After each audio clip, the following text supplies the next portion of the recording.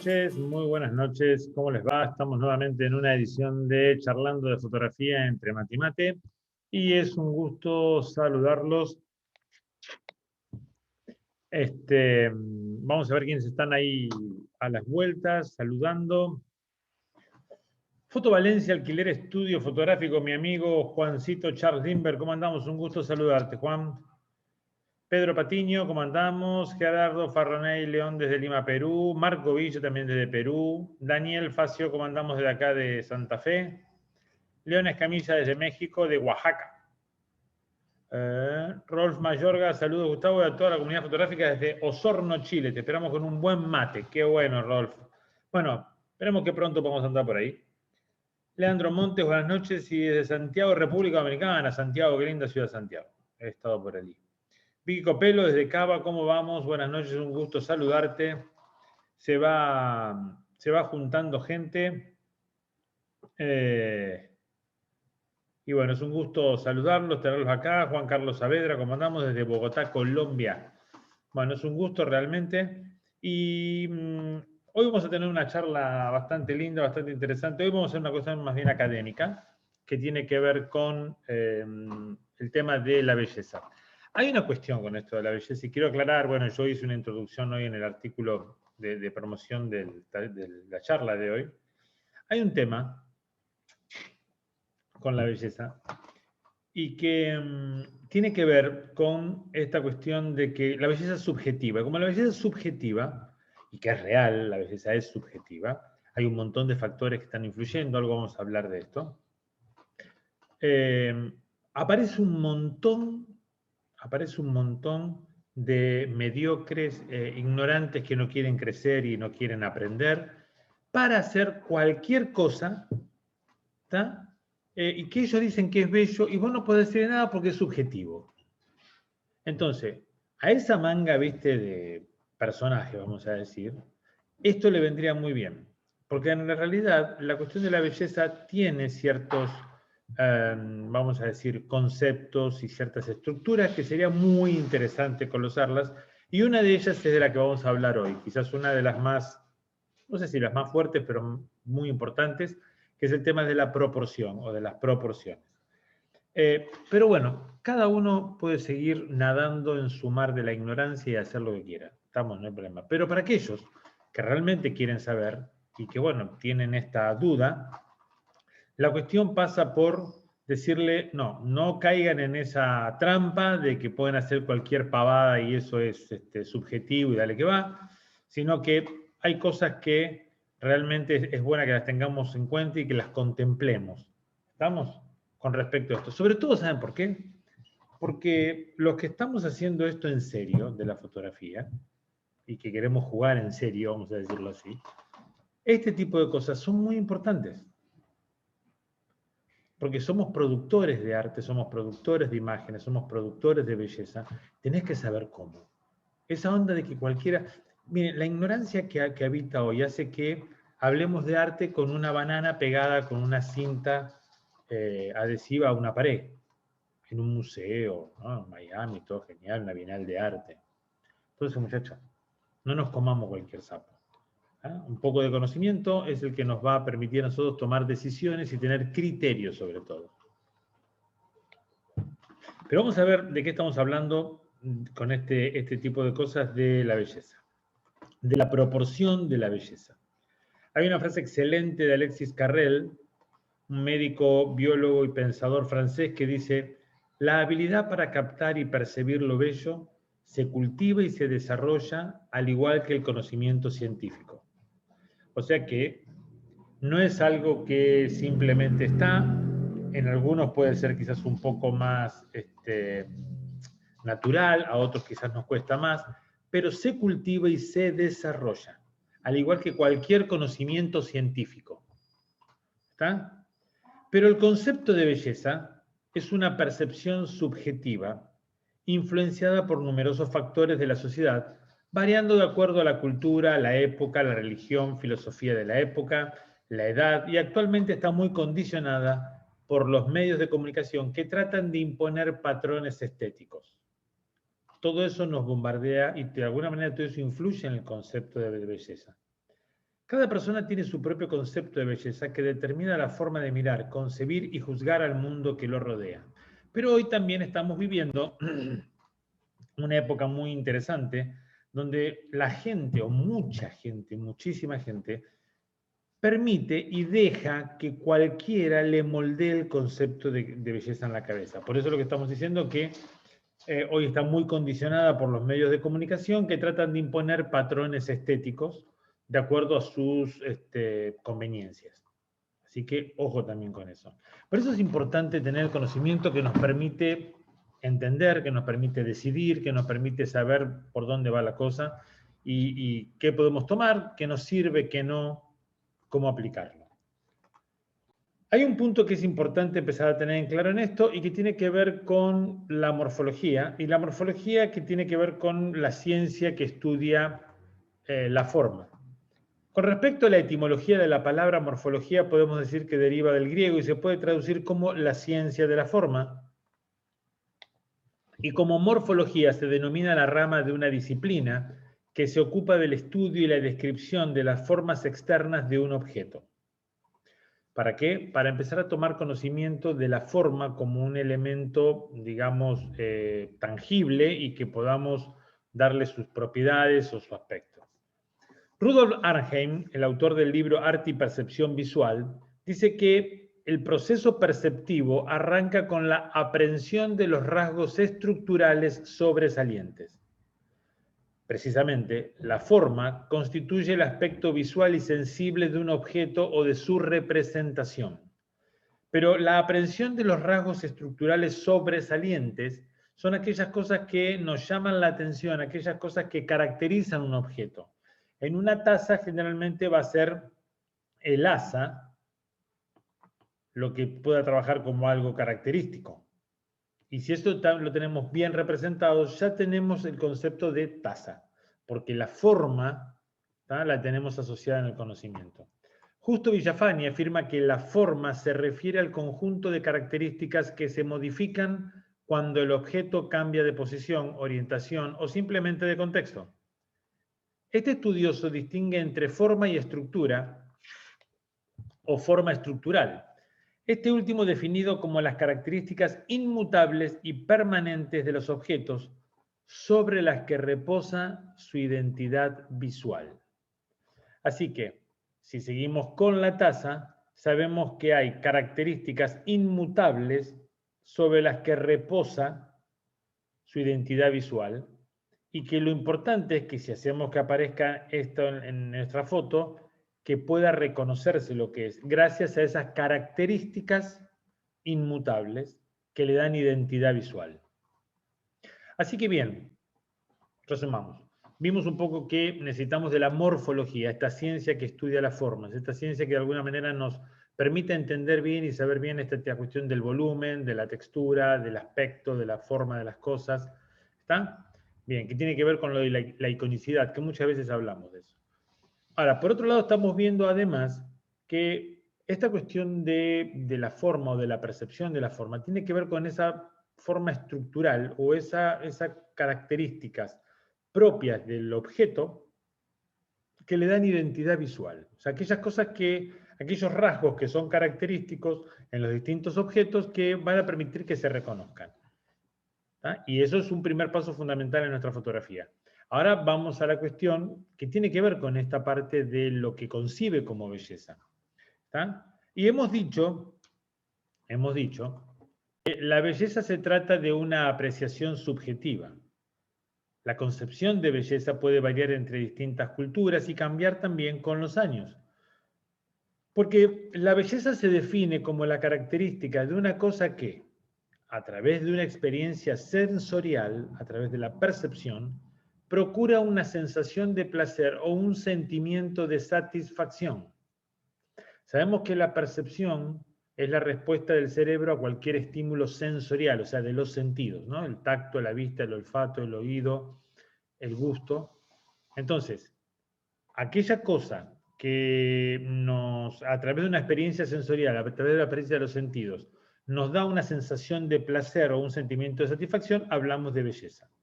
En este sentido, la belleza proviene de manifestaciones tales como la forma, el aspecto visual, el movimiento y el sonido, aunque también se la asocia en menor medida a los sabores y los olores, que también influyen mucho, ¿está? Y para eso tenemos todo el tema de perfumes y ese tipo de cuestiones, y en los sabores hoy en día con el tema de la comida, que también ha influido tremendamente.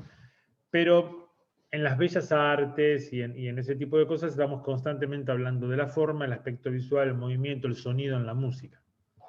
En esta línea de pensamiento y haciendo hincapié en el aspecto visual, Santo Tomás de Aquino define lo bello como aquello que agrada a la vista.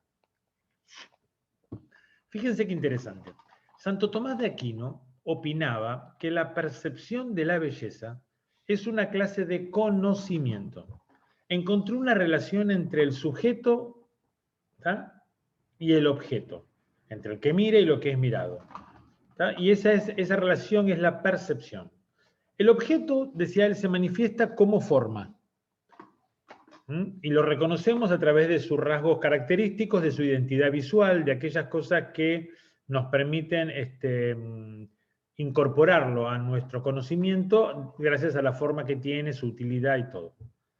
Y el sujeto percibe gracias a la sensibilidad. Entre forma y sensibilidad hay una afinidad estructural. Hay algo que de alguna manera establece esto que los sentidos reconocen y le dan el reconocimiento de belleza, digamos, ¿no? Pero básicamente esa sensibilidad que tiene el sujeto, ¿para qué? Para apreciar la gracia de la forma, para apreciar esos rasgos característicos que por algunas características nos representa belleza. Y él distinguía tres cualidades que nos podían representar belleza a través de un objeto. Y él decía, una de las cosas que cuando vemos un objeto, nuestra sensibilidad capta y aprecia es la integridad. ¿Qué es la integridad? Es la estabilidad estructural del objeto. Un objeto roto o incompleto, decía él, no puede ser bello o es difícil que sea bello. La armonía o consonantia, es decir, la correcta proporción de las partes de un objeto, el hecho de que sea proporcionado. Y la claridad, relacionando la belleza con la luz como símbolo de verdad. Para Tomás, la luz es una realidad física que haya en el cuerpo diáfano una disposición a recibirla y transmitirla. El resplandor de lo que hablaba él, aquello que vibra alto, digamos, ¿tá?, pero que digamos, resplandecía a través de una luz adecuada. De esto hemos hablado en la estética de la luz, y acuérdense que la estética de la luz viene de la época de Santo Tomás de Aquino, de la época de la filosofía escolástica. Nosotros vamos a tomar esta segunda, la armonía, es decir, la correcta proporción de las partes. Así que la belleza depende de nuestra percepción, ¿tá? Y si nos tomamos de lo que dice Santo Tomás de Aquino, estamos hablando de que hay una relación entre el objeto y el que mira, entre la sensibilidad del que mira. Cuanto mayor sensibilidad, más posibilidades de captar la belleza en el objeto. Pero ¿cuáles son aquellas cosas que nos permiten entender que algo es bello? Bueno, la integridad, la armonía y la claridad o el resplandor. ¿Estamos?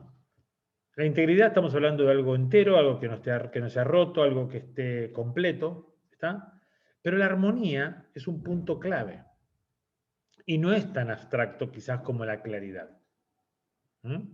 Y que es importante que la reconozcamos como un punto de la belleza, como un punto que necesita nuestra sensibilidad para reconocer belleza en ese objeto que está mirando o en esa representación de un objeto, de una persona o de una acción a través de un cuadro o a través de una foto. ¿Está? Entonces, vamos a ver el tema este de la proporción como una de las cualidades del objeto para que podamos apreciar belleza y reconocer belleza. La proporción es la relación de tamaño o cantidad que existe entre las partes de algo dentro de un todo o entre los elementos de un conjunto. ¿Ah? Es la relación de tamaño o de cantidad que existe entre las partes de algo dentro de un todo. Cuando esta relación es equilibrada, se dice que algo está proporcionado, y desproporcionado cuando el tamaño o cantidad de alguno de los elementos descompensa el equilibrio del conjunto. Fíjense que hay dos elementos que aparecen acá claves, tamaño y cantidad. El tamaño es una relación relativa, ya que las cosas por sí mismas no son ni grandes ni pequeñas, hasta que no son comparadas con otras de su alrededor. En el mundo del arte, la proporción o proporcionalidad es una relación armónica y comparativa entre dos o más elementos de una composición con respecto al tamaño, color, contexto, formato y el resto de la variable de esta. Así que si yo tengo un elemento solo en el espacio, no puedo compararlo y ya la cuestión de tamaño me queda como que no tengo con qué. No sé si esto es grande, si es pequeño o qué. Pero sí puedo tener una idea, por lo que conozco, de proporciones de las partes. O sea, que esta parte de la copa con respecto al tallo y a la base tiene una cierta proporción. Ahora, ya ahora sí puedo tener un punto de comparación por los elementos que aparecen y que los conozco, porque si fuera elementos que no conozco tampoco puedo tener un punto de comparación. Y ahí mucho más certero, porque medianamente tenemos una idea de cómo es el tamaño de una botella de vino. Entonces la copa de vino, perfecto. Pero también podemos jugar con esta cuestión proporcional o de la proporción, básicamente en este punto, en el hecho de la perspectiva, de la profundidad espacial y de, bueno, claro, esto a mí me permite entender que gracias a la perspectiva esa copa está lejos de los barriles en el fondo, porque si no, no puede ser tan grande con respecto a los barriles. Pero tengo puntos de comparación. La proporción es uno de los principios de diseño con los que se organiza una obra de arte, entendiendo una foto, por ejemplo, como un todo. Una foto es un todo compuesto de partes relacionadas entre sí. Esta relación entre las partes puede ser armoniosa o desequilibrada. Entendamos una foto como un todo compuesto por partes relacionadas entre sí. Esta foto no es la botella, es partes que componen un todo. Da una cuestión de elegancia, de nobleza, de nivel, de lo que quieran, pero los elementos se relacionan entre sí y son parte de un todo para dar toda una sensación y transmitir un mensaje en la foto. ¿Tá? Pero ¿cuáles son las partes que componen esta foto? La botella, la copa que tiene el coñac, el cenicero, el habano, el encendedor, la lámpara, el fondo, la base, todo eso son las partes que componen el todo.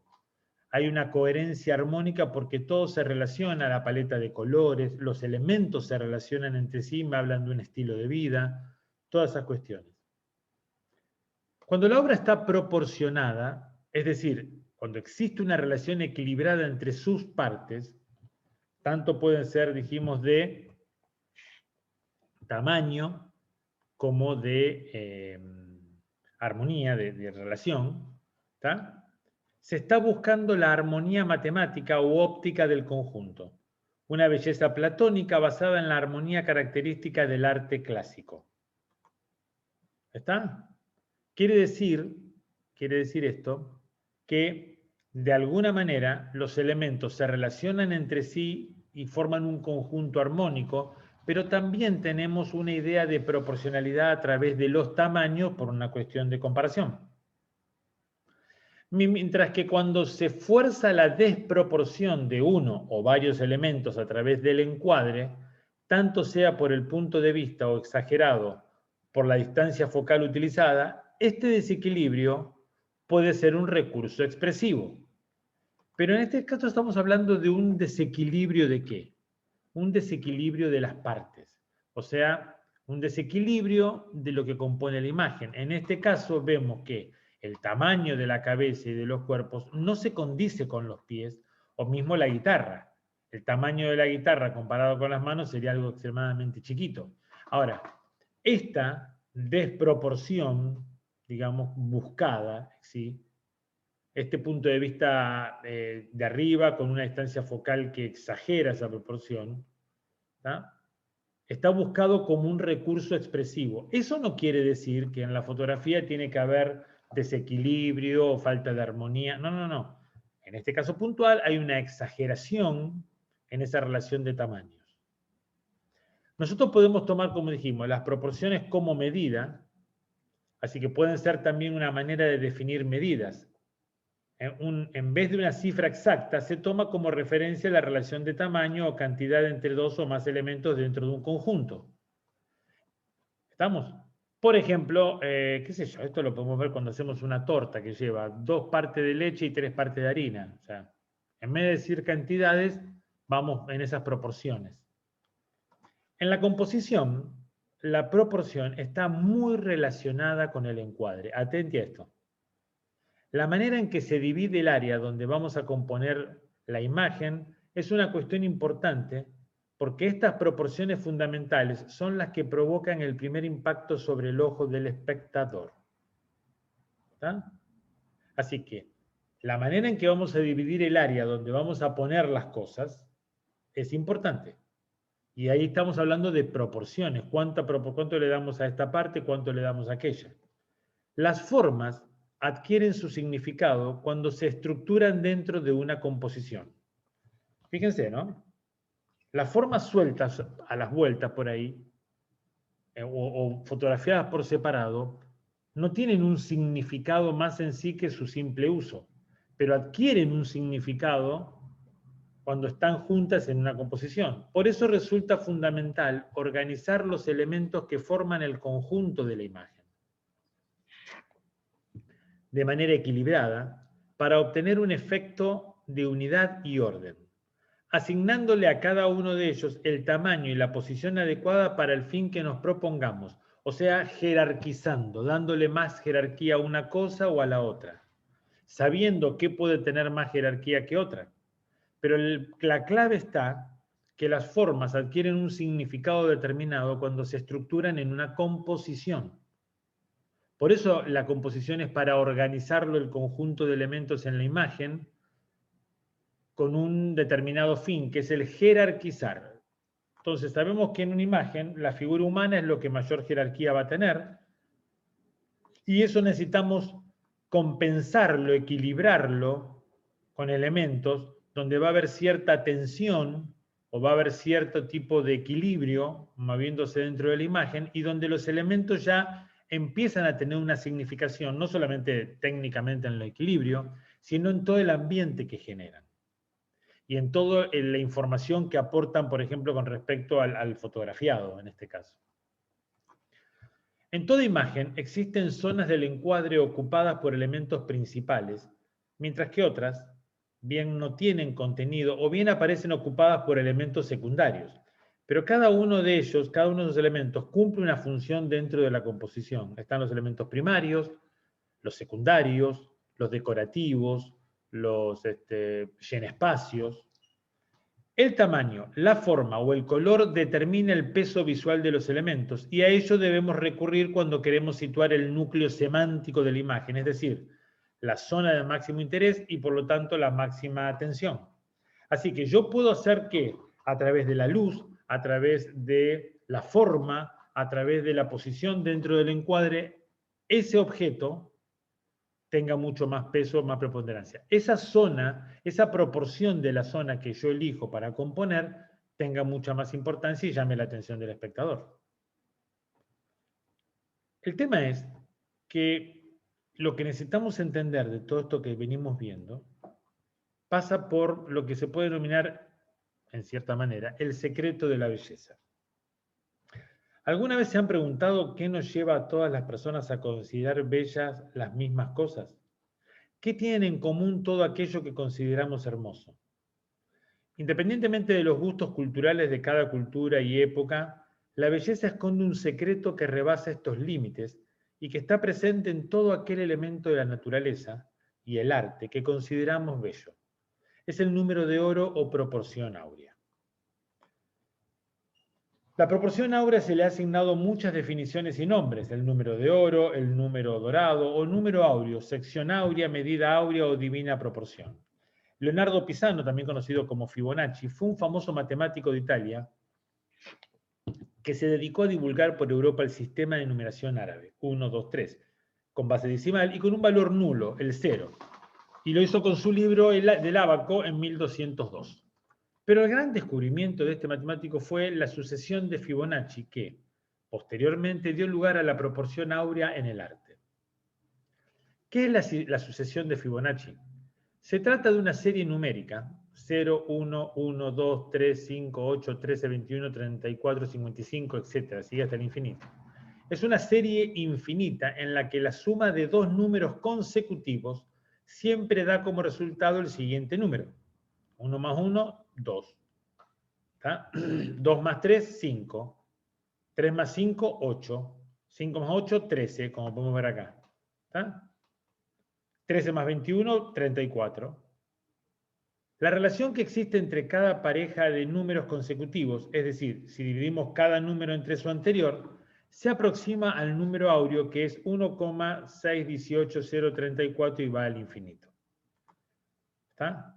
Entonces, esta cuestión del número de oro o el tema de la zona áurea, como hemos visto, esta cuestión de la sucesión numérica de Fibonacci, aparece constantemente en un montón de imágenes y podemos aprovecharlas. ¿Tá? Quiero compartirles este video que encontré en las redes que está muy bueno y me parece que lo explica muy, muy bien. Vamos a ver si podemos verlo.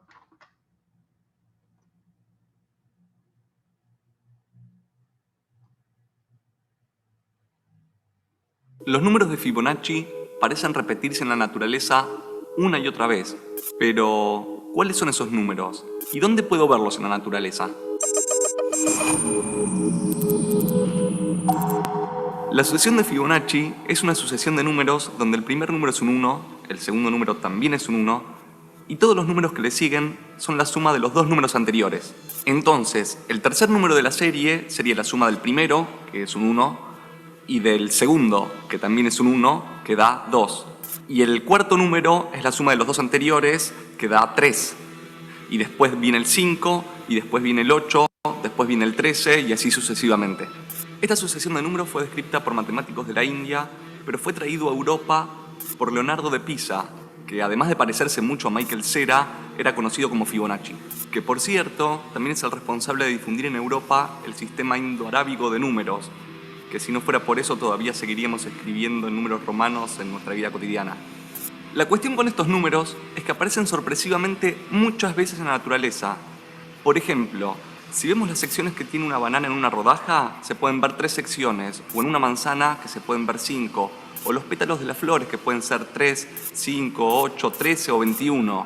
También el número de espirales que hay en las semillas de un girasol, o en un ananá, o en una piña, suelen ser 2 números consecutivos de Fibonacci.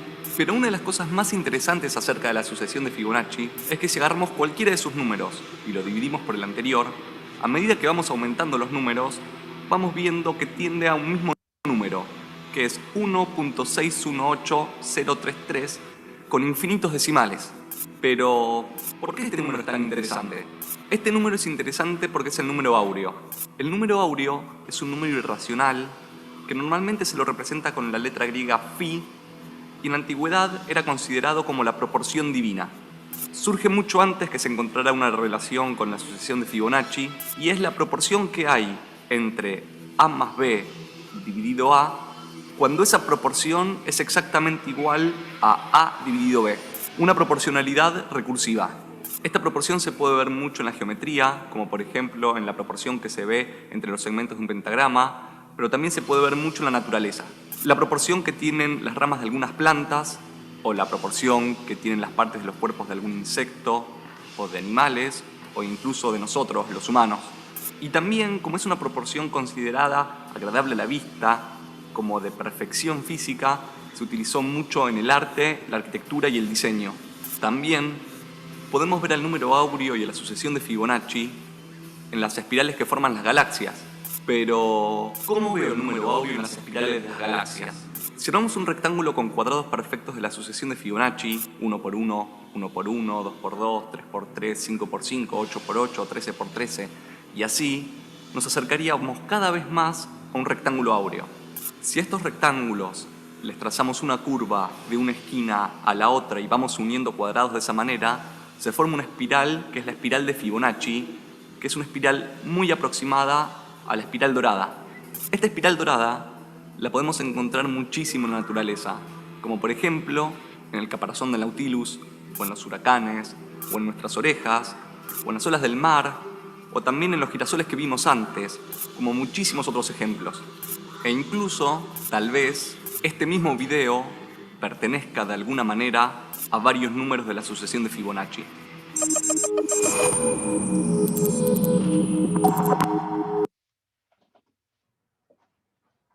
¿Está? Yo creo que de alguna manera esto nos da una comprensión muy interesante de lo que tiene que ver esta cuestión de la proporción con el tema de la belleza. Y que de alguna manera este conocimiento nos va a permitir no solamente disfrutar más de aquellas cosas que son bellas, porque ahora sabemos aparte por qué cosas, qué características tienen que las hace bellas, sino a nosotros como generadores, vamos a decir de alguna manera, de arte, lo que nos permite es el hecho de... espere que aparecieron... Ahí está. Tranquilo. Perdón. De alguna manera esto lo que nos va a permitir es el tema de nosotros como generadores crear imágenes donde manejemos la proporcionalidad, manejemos la zona áurea, manejemos todos aquellos elementos que sabemos que de alguna manera connotan belleza. De esto se trata. De esto aparte se trata el tema del conocimiento y de esto se trata la cuestión de decir, ok, la belleza es subjetiva, pero ¿por qué hay un montón de cosas que universalmente se consideran bellas? ¿Está? Claro que hay cuestiones que son subjetivas, pero hay otras que son muy, muy objetivas y está bueno que por ahí las tengamos en claro. Muy bien. Antes de que vayamos a nuestras preguntas y a nuestros comentarios y todo esto, dos cosas quiero decirles. Por un lado, déjenme que comparto por aquí. Por un lado, bien, seguimos con el libro Rompiendo el secreto de la fotografía. Aquellos que han comprado libros en el exterior ya están recibiéndolos, así que la verdad que está bueno. Es una alegría saberlo. No solamente se distribuye acá en Argentina, sino en el exterior también el libro físico, pero saben que también pueden comprar la versión ebook web, así que pueden entrar en Gustavo Pomar Fotografía Online y ahí van a tener toda la información. Por otro lado, el mes que viene, en mayo, tenemos un nuevo taller, estos talleres de 3 días intensos, pero muy productivos, sobre comercialización y desarrollo profesional para fotógrafos. 21, 22 y 23 de mayo. Pero va a ser un taller muy interesante. 21 y 22 vamos a tener teoría y el 23, aunque no lo crean, vamos a tener práctica. El 21 y 22 vamos a estar hablando de cómo definimos nuestro futuro. ¿Es un oficio o una profesión? ¿Cómo pagamos el precio del profesionalismo? La diferencia fundamental entre precio y valor, o costo y valor. ¿Cómo valorizo mi marca? El presupuesto, ¿cuánto quiero ganar? Un buen contrato debe tener ¿qué? ¿Cómo manejo los contratos? ¿Cómo hago un contrato?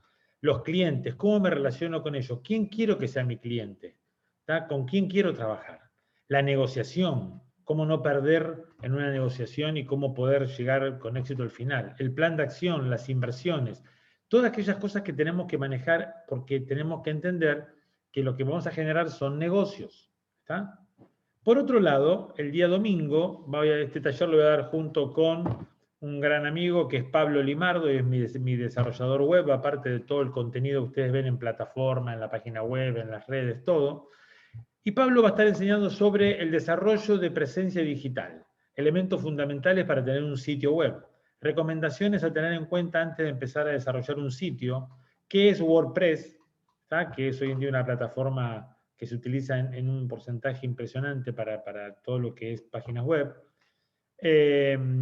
personalización del sitio, carga de contenido, configuración de medios de contacto, mantenimiento básico, pero sobre todo el tema de que cada uno va a poder desarrollar el día domingo. Tenemos armado en un hosting que tenemos armado una plantilla que cada uno se va a bajar y va a poder desarrollar su sitio web para tipo portfolio como para empezar a venderse. ¿Está? Toda esta información la vas a tener en gustavopomarfotografía.com. Acuérdense que gustavopomarfotografía.online es la plataforma educativa. Ahí van a encontrar todo el tema de cursos y todo un montón de material y el tema aparte del libro. Y en gustavopomarfotografía.com es mi página web donde tienen toda la información de los talleres, los cursos y mi trabajo profesional. Así que bueno, no se pierdan el tema este del taller este que va a estar el mes que viene, aquellos que son profesionales, porque realmente me parece que les va a dar muchas herramientas para poder crecer en este mundo de profesionalismo. Y va a estar muy bueno lo del domingo aparte, en el hecho de poder, aquellos que no lo tienen, algunos piensan que con Instagram y con Facebook ya estamos bárbaros. No, señores. Necesitamos desarrollar un buen sitio web donde pueden anclar los clientes y ver nuestro trabajo, y ahí podemos tener una presentación excelente. Bueno, el domingo, o sea, el tercer día del taller, vas a aprender a cómo poder armar lo tuyo, así que van a tener que preparar fotos para poder después subirlas, o sea, todo ese tipo de cosas las vamos a ir viendo. Muy bien. Vamos a ver cómo estamos aquí. Y vamos a ver qué es lo que tenemos por aquí. Vamos de atrás para adelante. Olem Nauk dice, súper interesante todo esto. La verdad que está muy bueno, porque nos da herramientas para nosotros poder saber que eso que estamos representando visualmente va a ser bello. Luis Alberto Pérez Cortés dice que quedó loco con el video. Mira, hay mucho más en YouTube, así que busquen que hay cosas muy interesantes con respecto a esto. Muy bien, muy bien. A ver si hay algunos comentarios por allí, o si empiezan a hacer comentarios ahora, o preguntas. Hay muchos saludos, muchos saludos, muchos saludos. Hugo Misaña, ¿cómo vamos? ¿Cómo va Huguito con su grupo del Club de Fotógrafos y Videógrafos? Luis Alberto Pérez Cortés. Maestro, ante todo, muchas gracias por estos directos. Me encantaría preguntarle cómo saber a qué darle más importancia cuando se compone. Es decir, en alguna situación será más relevante la ubicación que la luz, o en algunas otras situaciones será más relevante el plano que la ubicación. En otro caso será más relevante el enfoque o el plano. El primer punto, Luis, está en qué es lo que vos querés decir, qué es lo que querés representar, digamos, cuál es el mensaje que tenés que dar. Que ese es el contenido. El segundo punto es a través de qué vas a dar ese mensaje. ¿De qué elemento? ¿Ah? ¿O de qué conjunto de elementos vas a dar ese mensaje? Entonces ahí ya empezás a tener una idea de cómo estructurar la composición. Hay un punto que es fundamental. La iluminación no solamente va a informar correctamente a través de lo que es la forma, el volumen, la textura, el color, sino que además va a crear un clima que va a hacer que esa imagen produzca un impacto visual. ¿Ok? Esa generalmente es la función de la iluminación.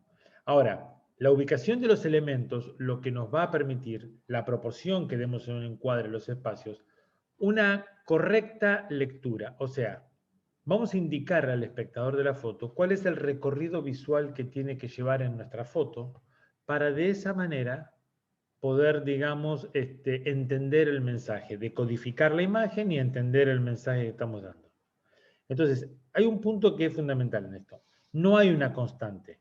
O sea, no siempre o es la luz o es la ubicación. No, no. Eso va a depender mucho o va a depender, estamos hablando de construir la imagen. Supongamos que no construimos la imagen, que encontramos la imagen para fotografiarla, sea un paisaje, sea una situación en la calle, lo que sea, un reportaje, ¿está? Entonces ahí vamos a estar todavía un poco más condicionados, pero también podemos dejar proporcionalidades, ubicación, ¿estamos? Y tenemos un montón de elementos más dentro de lo que es la gramática fotográfica. ¿tá? Los desenfoques, bueno, la iluminación selectiva misma, pero digamos que yo creo que el conjunto es lo que amerita la cuestión. Vos no podés tener una composición que sea una porquería, pero iluminada como los dioses, entonces está buena. No. No. Todo tiene que amalgamarse y todo tiene que corresponderse. Ese es el punto, me parece, más importante en esto. Olem Nauk dice, había escuchado de Fibonacci, pero no sabía que estaba tan presente en la naturaleza. Sí, sí, está muy bueno eso. Siempre he sentido curiosidad con el formato áureo y la regla de los tercios. No hay mucha similitud entre ambas. Sí, es básicamente casi lo mismo, digamos, porque el formato de los tercios tiene que ver con la proporcionalidad, con las proporciones que vos, digamos, designás dentro de un encuadre. Pero fíjate que el elemento va a estar bien compuesto si el sujeto principal lo pones en uno de los puntos fuertes. Uno de los puntos fuertes generalmente coincide con el espiral áureo de Fibonacci. ¿Tá? Así que hay una relación ahí. Juan Carlos Saavedra, importante encontrar y poder retratar la belleza en donde no se ve aparentemente estándar. Por ejemplo, personas que no son tan hermosas. Exactamente, Juan Carlos, eso es. En algún otro video hemos hablado de Sklovsky, el ruso este de la escuela formalista rusa, que establecía esta cuestión de que si leemos las leyes universales de la perspectiva, a medida que algo se hace cotidiano, normal, ordinario de todos los días, dejamos de verlo, dejamos de prestarle atención y no provoca nada. Entonces, cuando logramos tomar algo ordinario y transformarlo en extraordinario, wow, llama nuestra atención y nos impacta. Y si entendemos cómo funciona, tenemos una clave importante con Santo Tomás de Aquino, estos 3 puntos: la integridad, la armonía y la claridad. ¿Está? Entonces, si podemos de alguna manera que esos 3 aspectos o alguno de ellos esté bien representado en ese elemento o en esa imagen, nos estamos asegurando, por lo menos, o aproximándonos a un estándar de belleza. No a un estándar de belleza, a una forma de belleza. ¿Está? O sea que está bueno. Hola Juli, ¿cómo estamos? Buenas noches. Claro, ambas, exactamente. Yo creo que lo importante que tiene esto, lo interesante que tiene esto, es esta cuestión de estructurar nuestra foto. ¿Estamos? Y si lo que vamos a representar o queremos representar es belleza, que en la mayoría de los fotógrafos profesionales trabajamos sobre eso. O sea, trabajamos ¿en qué cuestión? En que eso que estamos fotografiando, de alguna forma, lo representemos bello, o lo representemos de una manera que salga favorecido. Entonces, estos conceptos de belleza son fundamentales para tener en cuenta. Porque, miren, el gran punto en todo esto está en que la gente en sí, o los fotógrafos, vamos a hablar de los fotógrafos, andan a ciegas así, ¿está? Tanteando, porque la mayoría no tiene idea de esto. Entonces, cuando vos decís, mira, yo necesito que vos esta foto, esto realmente sea bello, empezás a buscar ahí a ver qué cosas te pueden gustar en internet. ¿Está? Entonces, guarda con esta cuestión, porque de esta manera tenemos ya algunos parámetros. Acuérdense que los griegos manejaban mucho el tema del concepto de belleza, de ahí nos deviene mucho, ¿tá? Nos viene mucho ya condicionado culturalmente, cuando establecían estas cuestiones de, por ejemplo, el cuerpo perfecto, la altura son 7 cabezas, las medidas que tenía que haber entre la nariz y la boca, entre el ancho de los ojos, todo ese tipo de cosas, lo basaban en proporciones. O sea que el tema de la proporcionalidad está en todo dando vuelta. Rafael Campillo Rodríguez. Creo que con el concepto de belleza ocurren 3 cosas. A ver. Una, se trae de nacimiento, cada persona tendrá mayor o menor capacidad de captar belleza de acuerdo a su sensibilidad congénita. 2, se construye de acuerdo al crecimiento y desarrollo de vida, experiencias, vivencias, etc. Se aprende al leer y adquirir conocimiento acerca de los principios de proporción, cantidad, tamaño, etc. Y como conclusión, si nos gusta la fotografía, estos 3 puntos se expresarán ampliamente en nuestras imágenes de manera totalmente individualizada. Sí. Yo creo que tiene que ver con esos 3 puntos, Rafael, está bueno. Creo que todos de nacimiento traemos una concepción de belleza, que hay que hacerla crecer, hay que hacerla madurar, ¿no? A través de la lectura, del estudio. Eso me parece bueno. ¿Estamos de acuerdo? Sí, está bueno. León Escamilla dice, la fotografía ocasional puede ser bella, pero es mejor estructurar la belleza en base a la percepción. Sí, pero la fotografía ocasional, a ver, lo que vos tenés que desarrollar son habilidades. Y acá quiero hacer una parte. ¿Por qué? Porque la fotografía ocasional, callejera, espontánea, instantánea, depende de tus reflejos. Entonces, ¿qué quiere decir eso? Si vos tenés mucho, primero conocimiento y después entrenamiento en ese tipo de fotografías, vas a reaccionar muy rápido y también vas a componer muy rápido y también vas a estructurar las proporciones muy rápido. Hay como un concepto de que, no, la fotografía callejera o reportaje o lo espontáneo, viejo, es agarrate como pueda de los caños, ¿viste? Porque esto es la locura. No, no es así. No tiene por qué ser así. Va a haber ocasiones, situaciones muy rápidas, pero sí tenemos que tener la habilidad que da la práctica, primero el conocimiento y luego la práctica, para tener la habilidad de poder manejar todos esos conceptos en ese momento rápido. Freddy Ruiz dice, he escuchado que la belleza está en la mente de quien la ve. ¿Cómo se puede relacionar ese criterio con los patrones que se nos presentan en los medios, en la literatura, etcétera? Es que el tema es el siguiente, y no está mal eso, ¿no? De que la belleza está en la mente de quien la ve. Es una forma poética de expresarlo, pero no está mal. ¿En qué sentido no está mal? Y en que sí. ¿Cómo lo relacionamos con los criterios de patrones que se nos presentan en los medios? Por una cuestión de condicionamiento. Básicamente es eso. Hay un montón de gente que piensa que la Tierra es plana. ¿Está? Por ejemplo. Y bueno, y muchos adhieren a esa idea. Hay un montón de gente que piensa un montón de cosas que por ahí estamos. Hay gente que no sé, que encuentra belleza en un montón de aspectos que se alejan de esto que nosotros hablamos. No sé si realmente lo entienden así o por qué dicen que es bello. Pero entendamos una cosa, los medios, la educación, todo eso lava la cabeza que ni te cuento, lava cerebro que ni te cuento. O sea que si vos no estás... Hay una cosa que tenemos que tener en cuenta en esto. La verdad nos hará libres. Si vos no tenés un conocimiento realmente y no tenés capacidad de decidir, no tenés capacidad de seleccionar la información, no tenés capacidad de analizar, pensar, desestructurar, estás a merced de lo que te metan en la cabeza. ¿Eh? Una de las mejores herramientas que hoy en día hay es no piensen. Hagan lo que yo les digo. No decidan. ¿Está? Ya lo decía Pablo Freire, ¿no? El hombre que no puede acceder a la información, que no se informa, que no tiene conocimiento, que no tiene la educación para analizar e interpretar la información, ese hombre no existe. ¿Por qué? Porque al no poder decidir, tiene que esperar que otro decida por él. Aunque se crea libre, es esclavo. Entonces ahí lo tenés. Olem, a tu criterio, ¿crees que puede existir una persona que sea pésima en la composición? Sí, hay un montón. Y ni te cuento algunos que vos los ves que en teoría rompen reglas. Rachel Enríquez. Encuadró su set para el en vivo a propósito, quedó exacto entre el librero y el cuadro, me gusta.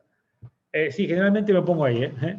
¿Cómo se transmite armonía en una videoconferencia? Perdón que lo saque un poco del tema de la foto como tal. ¿Cómo se transmite armonía en una videoconferencia? No sé. O sea, no entiendo el concepto. O sea, ¿a través de qué? ¿Del encuadre, de la parte visual, de la parte de contenido? No sé si puedes aclarármelo, Rachel. Buenísimo. Vale, ¿qué recomiendas como ejercicio para la armonía visual y compositiva? Primero, estudiar. Primero, entender todo lo que hay de composición, todo lo que hay de armonía, de proporción, todo lo que hay de equilibrio, todo lo que hay... Mira, el equilibrio se basa básicamente en la fuerza del encuadre sobre los elementos y la fuerza de los elementos en sí mismo y de la direccionalidad. Entonces, primero tenés ahí un mundo para aprender, para analizar, para buscar, y en base a eso después pasas a la armonía. O sea, si no conoces todo eso, no podemos desarrollar ejercicios para practicar. Primero es el conocimiento. Acuérdense que eso es fundamental. Piera, ¿cómo andamos? Para crear belleza también hay que saber admirar belleza. ¿Sí? Detenerse a ver las pequeñas cosas que a veces, por ser cotidianas, se dejan pasar. Exactamente. Pero porque quizás no estamos prestando la atención, como si vos no estamos prestando atención a eso, a todas las cosas que pueden ocurrir alrededor nuestro. Y yo llamo a eso, ¿sabes qué? No estamos pendientes de admirar. No estamos pendientes de que puedan ocurrir cosas alrededor nuestro que sean bellas. Un momento que la luz entra por una ventana, que pegan algo, un reflejo, cómo quedan algunos elementos acomodados. Tiene que haber de parte de uno esa intencionalidad o esa intención de buscar esa belleza. Algunos piensan que, bueno, yo voy por la vida, ¿viste? Y cuando me golpee, me caiga un balde de belleza por la cabeza, la veo. No. Tiene que haber de parte de nuestro una intención de que ocurra eso, de verlo, de que aparezca. Olem Nauj, el arte moderno está muy influenciado por muchos elementos, los medios sociales, la prensa, publicidad y tantos elementos. ¿Acaso esto no afecta el concepto de algo bello o sigue siendo subjetivo a quien lo ve? Mira, lo que pasa con el arte contemporáneo, porque el arte moderno sería algo un poco más antiguo, el arte contemporáneo, o lo que hablamos hoy como se dice hoy arte contemporáneo, el problema que tiene que ver básicamente con una cuestión de comercialización, punto, nada más. Hay un video muy interesante, lo recomendé muchas veces, que se llama La burbuja del arte contemporáneo, y que básicamente tiene que ver con esta cuestión de que, digamos, cuanto más ignorante la gente, mucho mejor, porque es mucho más fácil manipular. ¿Está? Entonces, cuando vos te vas a hablar con alguien que está metido en el mundo o que admira por snob el mundo del arte contemporáneo, una de las cosas que te vas a encontrar es el hecho de que te digan, lo que pasa es que vos no entendés. Vos no sabés de esto. Esto es como muy elevado ya el concepto de esto. ¿Tá? Entonces, es la mejor forma, y hay muchísima gente que dice, sí, la verdad que debe ser que yo no lo entiendo, ¿viste? Es una cosa tan elevada y yo, entonces, bueno, está bien, la respeto. Y no, es una falta de respeto la mayoría del arte contemporáneo que dando vuelta. ¿Tá? Es como dice Villarán, el que es un artista bueno, y que tiene unos videos muy interesantes, tiene un canal de YouTube muy interesante, cuando habla del amparte, ¿no? Amparte como el AMPA del arte, que son todos estos ladrones que estafan a la gente. Vean este libro, La burbuja del arte contemporáneo, y ahí se van a dar cuenta de un montón de cosas. Rachel dice, sí, me refiero al encuadre. Mirá, vos podés tomar el tema de la proporción áurea, que recién acabamos de ver, o podés centrar la imagen para hacer algo medianamente simétrico mientras tengas equilibrios a los costados. Yo generalmente trabajo, mi encuadre pasa por una cuestión central o por una cuestión donde hay un desplazamiento hacia uno de los costados y dejo el otro costado libre como acabo de hacer ahí en este momento. Pero si no, generalmente, como me muevo mucho y no hay nadie que, no tengo un camarógrafo que esté manejándolo, generalmente trato de venirme al medio o, bueno, desplazarme, como te decía, levemente ahí.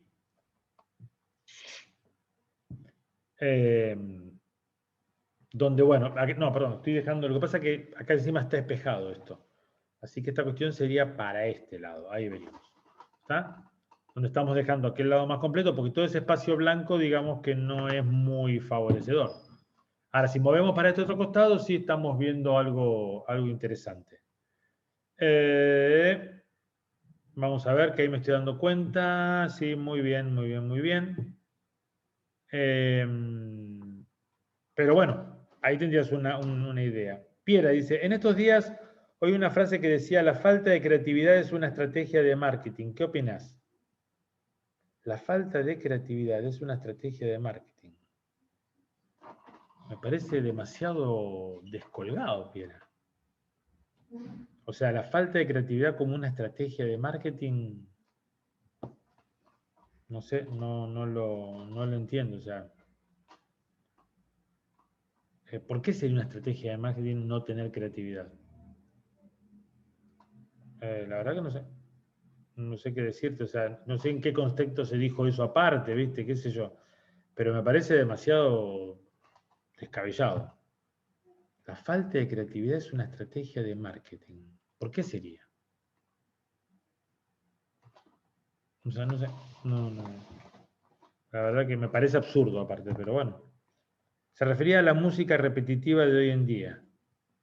Bueno, yo más que una estrategia de marketing o la falta de creatividad diría que es una cuestión de sometimiento o de, ¿cómo se dice? De manipulación. ¿Está?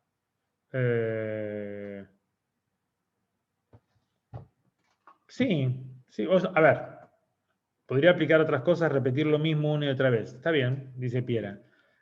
Miente, que algo quedará, digamos, una cosa por el estilo.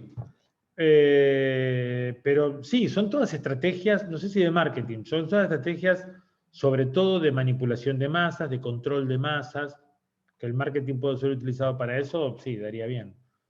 Pero, qué sé yo, o sea, Nos metemos en otro tema, que es comunicación.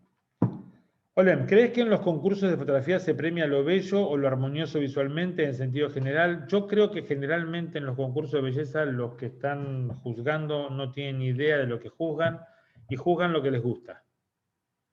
¿Está? Me parece que es eso. Juzgan lo que les gusta. No hay mucho criterio, ¿no? No digo que todo el mundo, no conozco todo, pero en la mayoría de los casos lo que veo es que esa es linda, me gusta y punto. Porque, digamos, vos ves algunos concursos de fotografía donde la temática es, qué sé yo, no sé, las flores y gana la foto de un bote en un lago, ¿viste? Pero porque les gustó, está buena, sí, la foto está muy buena, está linda, pero la temática era otra, o sea que me parece que no sé hasta qué punto va ese tema. Lo que me interesa de lo que hemos hablado hoy, básicamente, es eso. Tenemos herramientas para que lo que generemos o creemos visualmente pueda ser bello. Necesitamos tener el conocimiento de eso, ¿está? Pero tenemos herramientas para desarrollar ese tipo de cosas. Y la proporción es una de las que, en cierta manera, juega bastante fuerte, ¿no? El tema de la armonía y el tema de la proporción. Bien, como saben, este video queda grabado en mi canal de YouTube y también queda grabado en la plataforma, GustavoPomarFotografía.online. A partir de mañana va a estar ahí. Así que, de alguna manera, aquel que quiera volver a verlo para ver las partes y todo, queda invitado. Pierre dice, hoy vi que en un concurso gastronómico ganó un retrato. Sí, seguramente de un chef. Te das cuenta que el criterio, viste, es... ¿Cómo podemos educar el ojo para identificar elementos bellos en fotografía? Primero, la sensibilidad. Ya lo dijo Santo Tomás de Aquino. O sea, el tema de la apreciación de la belleza es una especie de relación entre el objeto y la sensibilidad del que mira. ¿Ok? Entonces, lo que primero tengo que desarrollar es mi sensibilidad. Bien. Cuando los discípulos le preguntaban a Santo Tomás de Aquino, ¿y cómo desarrollamos la sensibilidad? Santo Tomás de Aquino dijo, con conocimiento, ¿cómo va a ser? Entonces, lo que primero tenemos que desarrollar es conocimiento. Conocer, saber, aprender de todas estas cosas y ahí empiezan a aparecer las relaciones. Y ahí sé qué es lo que tengo que buscar para educar mi ojo. Porque esa es la clave en todo esto. No simplemente mirar, andar a mirar cosas lindas. ¿Y quién determina que son lindas? ¿Está? A partir de todo este conocimiento hay un montón de cosas que yo no apreciaba como bellas, porque para mucha gente no eran bellas, pero yo veo belleza en esas cosas. De eso se trata esto. De que este conocimiento nos abra la cabeza para tener un mayor acercamiento a lo que realmente es bello. Y esto, gente, no, yo sé que muchos están con esa idea loca de que como es arte, todo es volátil y todo es así. No, no se trata de eso. Fíjense que estamos hablando de la secuencia de Fibonacci, es matemática pura y lo aplicamos en el arte, o sea, que es ciencia, es conocimiento. De eso estamos hablando con esto. Gente, muchas gracias por acompañarme, gracias por siempre estar ahí, porque la verdad que son, como diríamos acá en Argentina, son de fierro ahí aguantando y siempre haciendo la compañía. Así que bueno, muchas gracias por eso. Es un gusto, es un placer y seguramente nos vamos a estar viendo en una próxima charla de fotografía entre mate y mate la semana que viene. Así que los espero y vamos a ver de qué estamos hablando. Hasta luego.